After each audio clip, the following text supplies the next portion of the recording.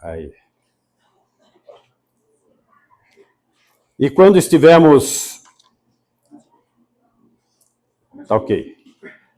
E quando estivermos vendo a carta de Paulo aos Efésios na célula, cada célula eu pedia para cada um dos irmãos recitar um versículo de cor. E teve um irmão que decorou o livro de Efésios inteiro de trás para frente. Cadê o Romildo? Ô, Romildo, olha ele. O Romildo tá ali. Fica em pé, Romildo, para todo mundo ver quem decorou. Aê!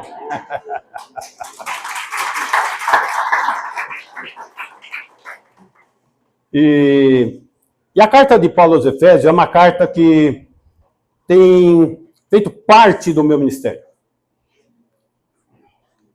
Lá em Lambari, eu discipulo todas as pessoas uma sequência do seguinte: Gênesis 1, 2, 3, Romanos 1, 2, 3, João 1, 2, 3. Fase 1. Fase 2, a carta de Paulo aos Efésios completa. Fase 3, primeiro João, depois. Então são 3 fases de discipulado. E eu estava pensando no seguinte: estamos comemorando 25 anos. E eu gostaria que os irmãos, inclusive os visitantes, tivessem observando a trajetória da igreja de Éfeso. Para meditarmos nisso. E essa trajetória, ela começou lá, logo após o concílio de Jerusalém. O apóstolo Paulo é enviado, no ano 49, para levar uma decisão com relação ao que do judaísmo deveria ficar para os cristãos gentios. Relações sexuais ilícitas, não comer sangue e não comer carne sacrificada a ídolos. Essa foi a ordem que Paulo levou para as igrejas gentílicas. E nesta viagem, ele chega lá e deseja chegar a Éfeso. Ele faz a primeira viagem, na segunda viagem, ele chega em Troade. Então vamos pensar a Ásia, aqui no cantinho, já perto do mar Egeu. E lá ele tentou subir para a Bitínia, tentou descer para a Galácia, e o Espírito de Deus não permitiu. E ele tem uma visão de um varão macedônio chamando ele para atravessar e ir a Filipos. Isso já estamos no ano 52, na segunda viagem de Paulo. Atos, capítulo 18, versículo 19.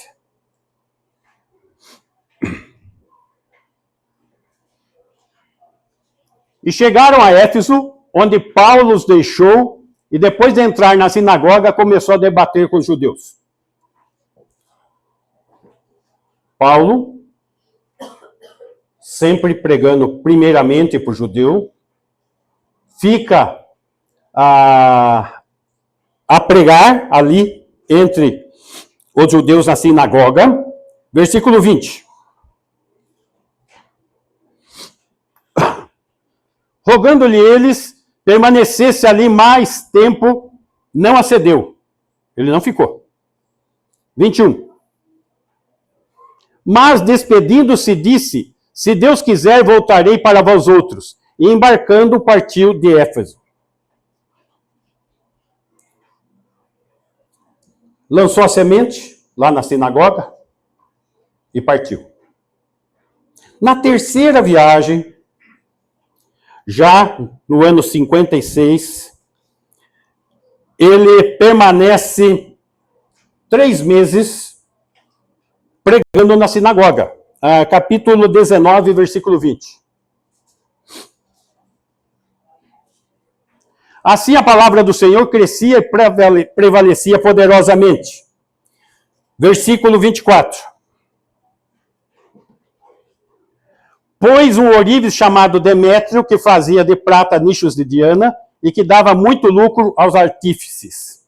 Muito bem. Paulo então começa na sinagoga por 3 meses. Ali eles não ficam receptivos e ele abre a escola de Tirano. E lá fica por cerca de 2 anos. Só que aí começam as conversões. E Demétrio, entre os ourives lá, que tiravam lucro das imagens de Diana, começa a sentir a perda da clientela. Versículo 34. Quando, porém, reconheceram que ele era judeu, todos a uma voz gritaram, por espaço de quase 2 horas, grande é a Diana dos Efésios. 2 horas o povo gritando, grande é a Diana dos Efésios. Não queremos saber de crente aqui. 35. O escrivão da cidade, tendo apaziguado o povo, disse, senhores Efésios, quem porventura não sabe que a cidade de Éfeso é a guardiã do templo da grande Diana e da imagem que caiu de Júpiter? Vamos entender só um contexto aqui. Júpiter, na mitologia greco-romana, ou Zeus, na mitologia era tido como pai de Diana. E o que isso liga também com o Império Romano? Ele também era tido como avô de Rômulo e Remo. E a mitologia dizia que Rômulo e Remo fundaram a cidade de Roma. Notem que tem todo um fator cultural, religioso, concorrendo contra a pregação do Evangelho. Muito bem. Olhando a mitologia babilônica, nós vemos que a grande mãe da Babilônia, a deusa mãe, é a mesma, Diana ou Afrodite, ou Ísis do Egito, ou Vênus, ou Astarte, ou Ishtar, ou Maria. Vocês sabiam disso? Maria. Constantino, ao implantar o cristianismo, cede os templos e com uma ordem, não pode desfazer dos ídolos. Então, Afrodite, ou Diana, no colo com Tamuz, recebe o nome de Maria e o menino Jesus. Um sincretismo religioso.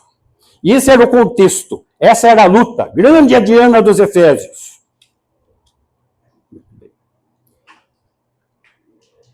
Mas o evangelho nasceu em Éfeso. Chega no ano 60, 61, Paulo recebe prisão domiciliar em Roma. E lá ele escreve a carta aos Efésios. E a carta aos Efésios tem 3 divisões básicas. Assentado em Cristo, capítulo 2, versículo 6, Efésios 2, 6.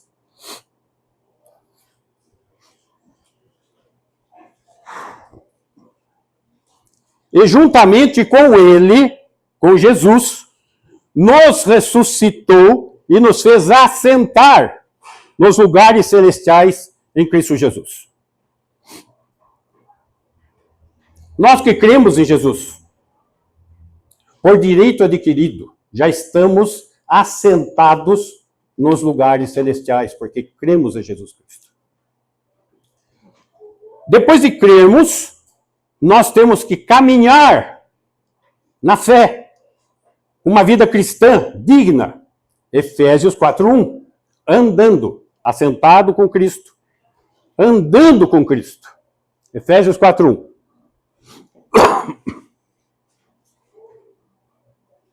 Rogo-vos, pois, eu, prisioneiro do Senhor, que andeis de modo digno da vocação a que foste chamados. Assentado, andando, e andando de modo digno, o Senhor, você está pronto para lutar. Capítulo 6, versículo 12.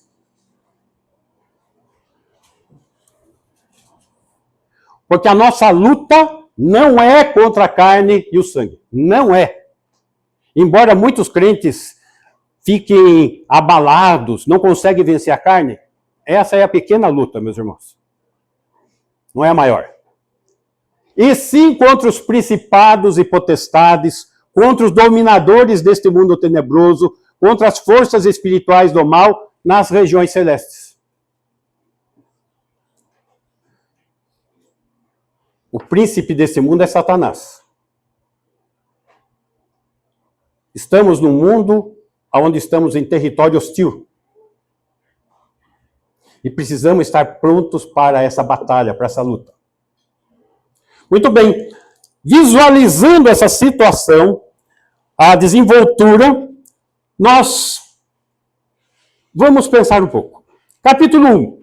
Capítulo 1 de Efésios, ele começa com uma tríplice fonte de salvação.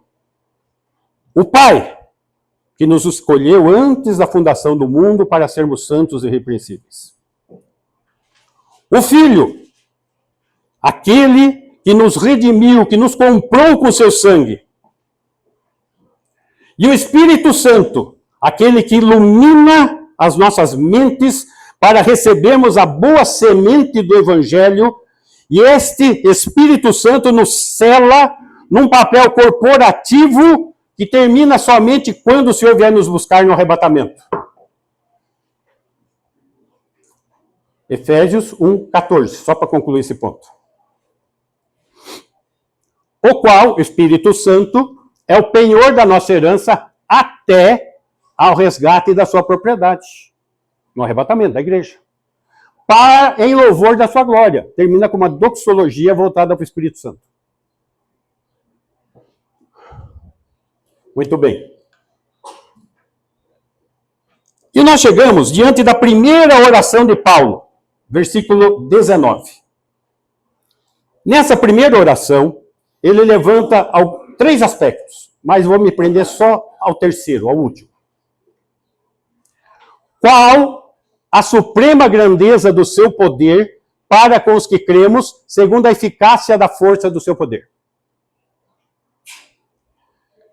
A suprema grandeza do poder do Senhor para quem? Nós, os que cremos. E esse poder é segundo a eficácia da força do seu poder. Olha a ênfase do poder que está tendo aqui. Versículo 20. O qual que? Poder exerceu ele em Cristo, ressuscitando-o dentre os mortos e fazendo-o sentar à sua direita nos lugares celestiais. Meus irmãos, as nossas bênçãos estão nos lugares celestiais.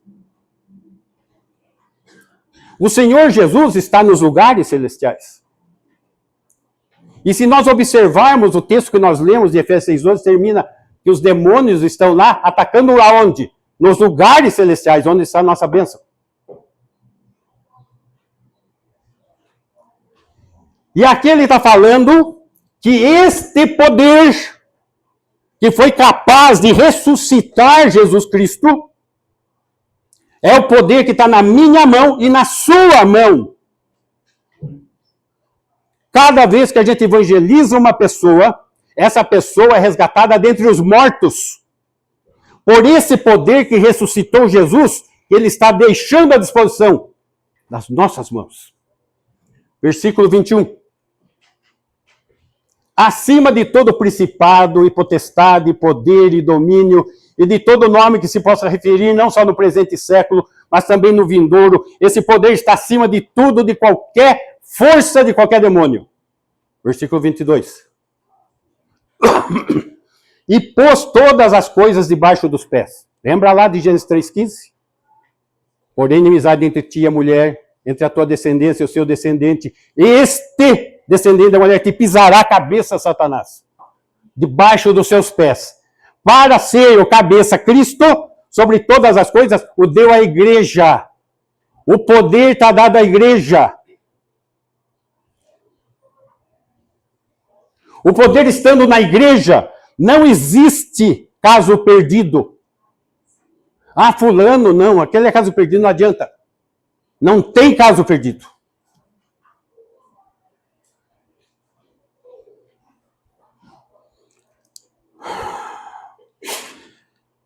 Muito bem. Capítulo 2, versículo 1. Ele vos deu vida, o Senhor Jesus vos deu vida. Estando vós mortos nos vossos delitos e pecados. Todos nós um dia estivemos lá. Verso 2. Nos quais andastes outrora, nosso caminho de ímpio, de incrédulo, de morto espiritual, de filho do diabo. O pessoal não gosta que eu fale isso, mas é o que está escrito lá. Filho do diabo, tá? Segundo o príncipe da potestade e do ar do espírito que agora atua nos filhos da desobediência. Eu pergunto para você, quando o Senhor te vê, o que ele está vendo? Que caminho você tem andado? Onde você tem estado?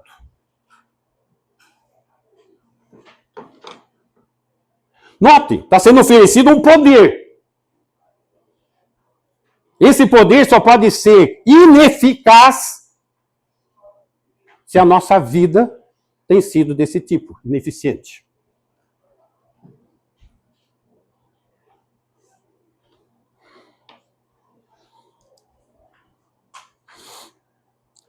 Capítulo 3, versículo 16, Paulo ora de novo. Versículo 16. Para que segundo a riqueza da sua glória, veja só, Paulo ele não gosta de dividir pouco, ele pede tudo. Segundo a riqueza da sua glória, tá?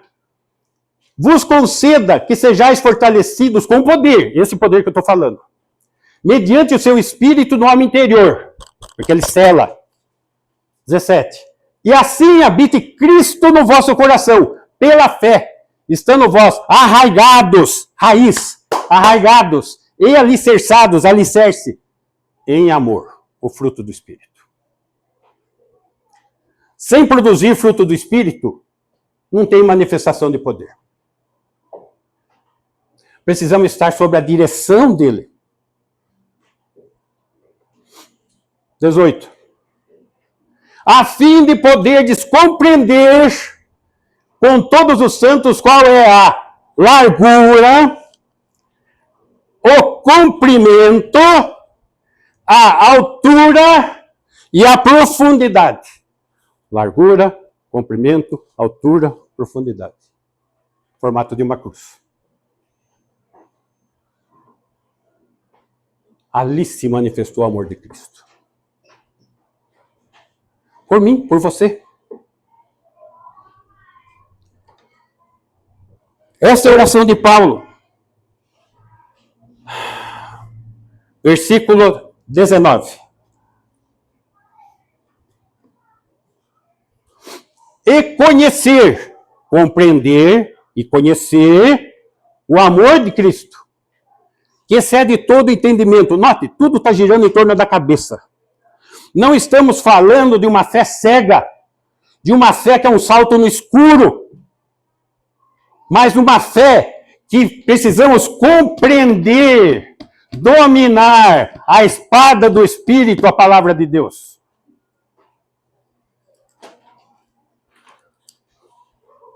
Para que sejais tomados de toda a plenitude de Deus.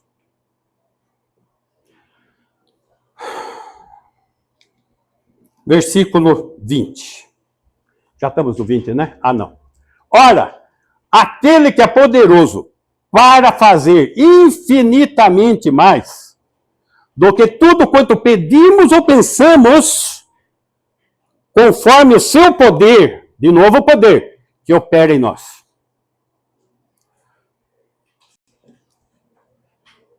Ele faz infinitamente mais, porque um dos atributos de Deus é a infinitude. E não tem como colocar o oceano dentro de um copo d'água. Mas tem como deixar esse copo d'água bem cheio.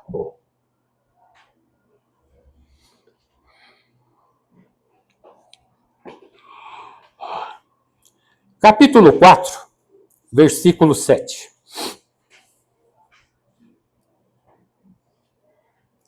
E a graça foi concedida a cada um de nós segundo a proporção do dom de Cristo. Jesus, onde demonstrou seu amor na cruz,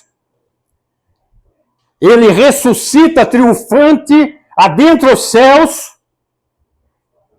E como era costume da época de Paulo, Roma, quando entrava triunfante de uma batalha em Roma, ela entrava distribuindo presentes. E é essa a figura que está sendo trabalhada aqui. Versículo 8. Por isso diz, quando ele subiu às alturas, Jesus ressuscitou, subiu às alturas, levando cativo o cativeiro, aqueles que morreram crendo na vinda do Messias, que estavam no Sheol, no Hades, aguardando o seu resgate. E ele entra triunfante, ressurreto, distribuindo dons aos homens aqui na terra, para poder nascer a igreja. Versículo 9. Ora, o que quer dizer subiu, senão também que havia descido até as regiões inferiores da terra? O Sheol, o Hades. Versículo 10. Aquele que desceu, Jesus, é também o mesmo que subiu acima de todos os céus para encher todas as coisas. Esse é o nosso Senhor. Versículo 11.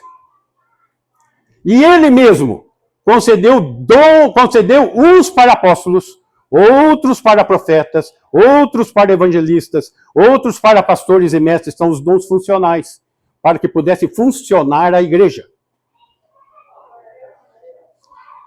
Agora, a igreja tem que ter o quê? Propósito, tem que ter finalidade.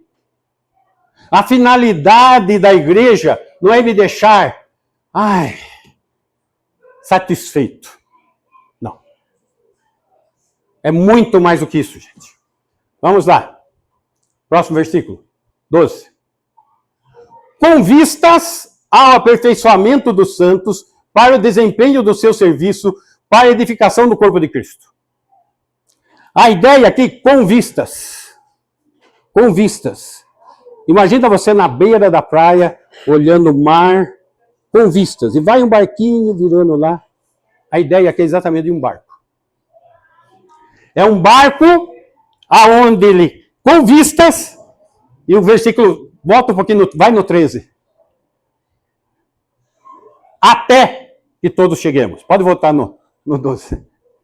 Com vistas, partindo daqui, até ter um lugar para chegar. Muito bem.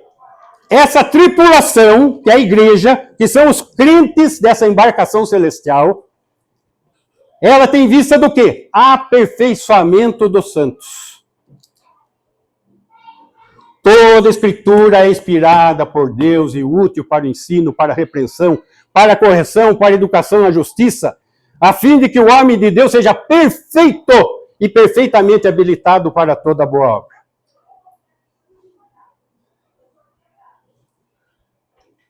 Aperfeiçoamento, maturidade. Para desempenho do seu serviço. Por isso o Senhor deu dons. Está lá em Romanos 12. Para a edificação do corpo de Cristo. A igreja. Essa é a tripulação. Versículo 13. Até que todos, nós, a igreja, cheguemos à unidade da fé. Madura, firmada em Cristo.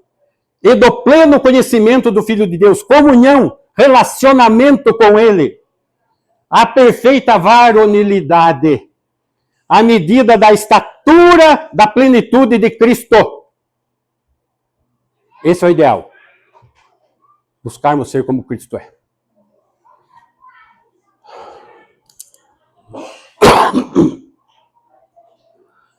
Agora, crescer na palavra e na comunhão. É o resumo disso. E isso, meus irmãos, a igreja não pode perder esse propósito como igreja. Ah, para que existe igreja? Para que... Está aqui. Efésios 13, 12 e 13. 14, capítulo 4, versículo 12 e 13. Se a igreja não estiver cumprindo isso, não está cumprindo o papel dela.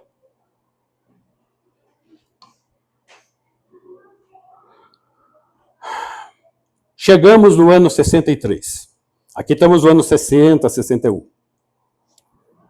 No ano 63, Timóteo recebe uma tarefa. Paulo escreve a Timóteo. E essa tarefa é a seguinte, 1 Timóteo 3,15. É a igreja de Éfeso ainda, viu, gente? 1 Timóteo 3,15.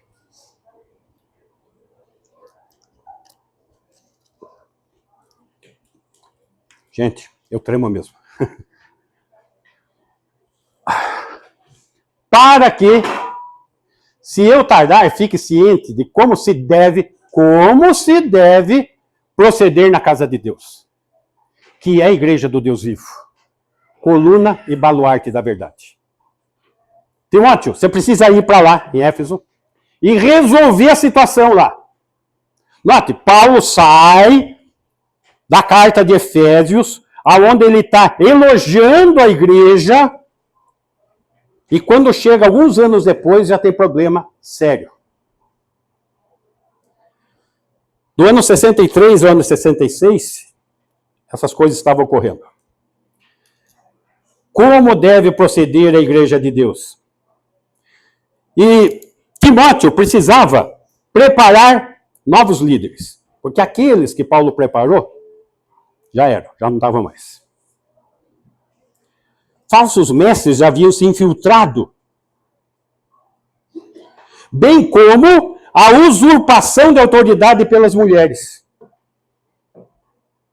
Esse era o problema que Timóteo tinha que enfrentar.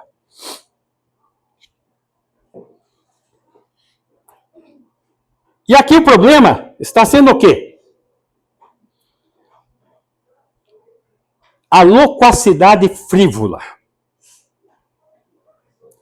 Loquacidade frívola. Vamos lá, capítulo 1 de 1 Timóteo, versículo 6.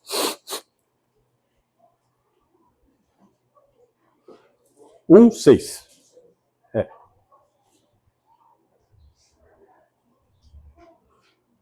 Desviando-se algumas pessoas dessas coisas, perderam-se em loquacidade frívola. 7.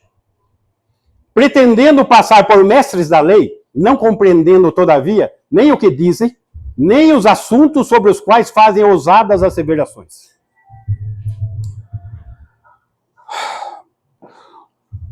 Loquacidade frívola. Timóteo precisava enfrentar o quê? Os tagarelas com assuntos vazios, sem conteúdo. O ensino sem palavra. A distorção de doutrinas. E isso faz com que com a igreja? A igreja não vai produzir nem santidade nem crescimento, que é o alvo que acabamos de ver. E a igreja vai começar a produzir o quê? Uma falsa adoração. Com canções desprovidas de doutrinas, ou com falsas doutrinas contidas nela. Canções repletas de humanismo, voltada para o homem, não para o Senhor. Fazendo do culto entretenimento para uma clientela. É isso que é loquacidade frívola. Meus irmãos, igreja, ela não cresce por adição. A igreja cresce sim por nutrição. Até quando? Até a manifestação gloriosa de Cristo, para livrar a igreja da ira vindoura. A epifania, manifestação gloriosa de Cristo, com arrebatamento para livrar da tribulação. Aí chegamos no ano 67. 2 Timóteo. E 2 Timóteo tem dois temas entretecidos. Primeiro tema, enfrentar provações e sofrimento com perseverança. Meus irmãos, hoje o grande tema das igrejas é prosperidade. O grande tema é você desfrutar das coisas. O paraíso é aqui, meus irmãos. Cuidado. Cuidado com esses ensinos. Capítulo 1 de 2 Timóteo, versículo 7. Porque Deus não nos tem dado espírito de covardia. Ele tem dado poder para a gente não ser covarde. Mas de poder, de amor e de moderação. Isso está à nossa disposição. Provas, sofrimento. Sofrimento é uma certeza, meus irmãos. Leia a epístola de Tiago, vocês vão ter certeza disso. Eu estou dando Pedro lá. Pedro também. Sofrimento. Segundo aspecto, combater a heresia com pureza. Capítulo 4, versículo 2. Prega a palavra. Insta, quer seja oportuno, quer não. Corrige, repreende, exorta com toda a longanimidade e doutrina.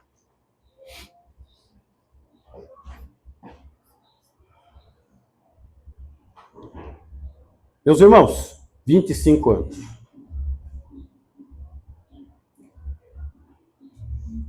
Espero tudo isso de vocês, meus irmãos. Melhor, o Senhor espera.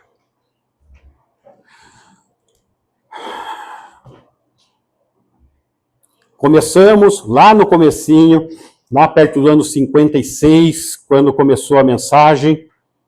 Estamos chegando agora no ano 96. Apocalipse, capítulo 2. Versículo 1. A mesma igreja, Éfeso. Ao anjo da igreja em Éfeso escreve: essas coisas diz aquele que conserva na mão direita as 7 estrelas e que anda no meio dos 7 candeeiros. Os seus mensageiros estão na sua mão direita. E ele está caminhando entre as igrejas. Versículo 2. Conheço as tuas obras, tanto o teu labor como a tua perseverança, e que não pode suportar homens maus, e que puseste à prova os que a si mesmos se declaram apóstolos e não são, e os achaste mentirosos. Eu gostaria da atenção dos irmãos só nesse primeiro verbo, eu conheço. Ele conhece você. Ele sabe suas virtudes? Com certeza, como ele começa aqui com virtudes. Mas ele conhece também o seu coração, a sua intenção, o seu caminho, o seu papel como crente. E ele conhece. E está deixando claro isso. Versículo 3. E tens perseverança, e suportaste provas por causa do meu nome, e não te deixaste esmorecer. Todo o testemunho exterior de Éfeso está lindo e perfeito. Mas vão lembrar da oração de Paulo? O amor que tinha que ser arraigado, alicerçado, estabelecido no amor de Cristo, que deveriam compreender e conhecer esse amor. Versículo 4. Tenho, porém, contra ti que abandonaste o teu primeiro amor. Notem, ele não deixou o primeiro amor, ele abandonou. E o Senhor aqui conhece, ele está vendo aquilo que os outros não estão vendo, ele está vendo o coração. Não se engane. mas o Senhor é rico em misericórdia.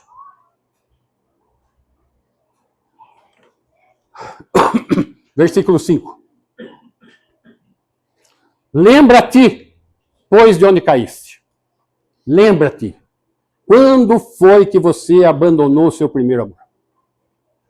Lembra? Pensa quando foi. Arrepende-te. E volta à prática das primeiras obras. Lembra-te, arrepende-te e volta. Graça e misericórdia. Oportunidade. E se a pessoa ou a igreja não acatar, não tomar para si a oportunidade? Se não, venho a ti e moverei do seu lugar o teu candeeiro, caso não te arrependas. Éfeso, a luz da Europa. A luz da Ásia, aliás. Caiu. O seu candeeiro foi movido. Hoje a igreja de Éfeso não está mais lá no centrão, não. Está num bairro. Diminuta. Se tiver muito, meia dúzia de crente. E esses não sabem quem foi João, não sabem quem foi Paulo, não sabem quem foi Maria. Lembrando que Maria frequentava essa igreja também.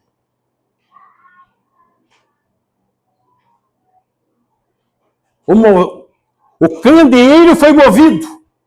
Não houve arrependimento.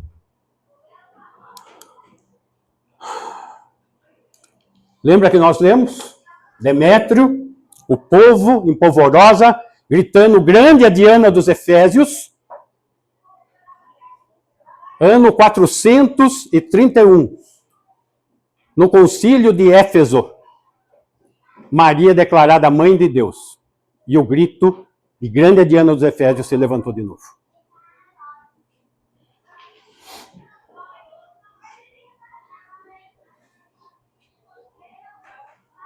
É isso que temos que... Começa lá, 40 anos depois, no ano 96. 400 anos, quase 400 anos depois, apostatou. Heresia. Perdeu o primeiro amor, não houve arrependimento e se tornou herege. O que você tem para a sua vida? O que você quer para a sua vida como crente, como membro do corpo de Cristo? Igreja de Jundiaí.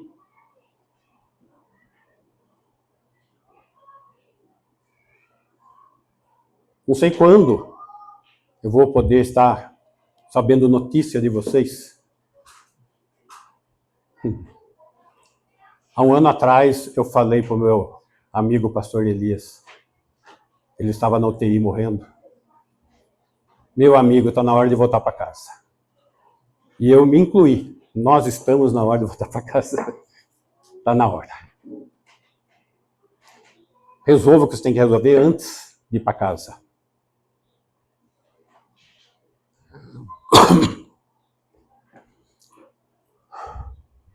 Gostaria de concluir com uma oração para que possamos nos colocar diante do Senhor, diante da sua mensagem. Oremos.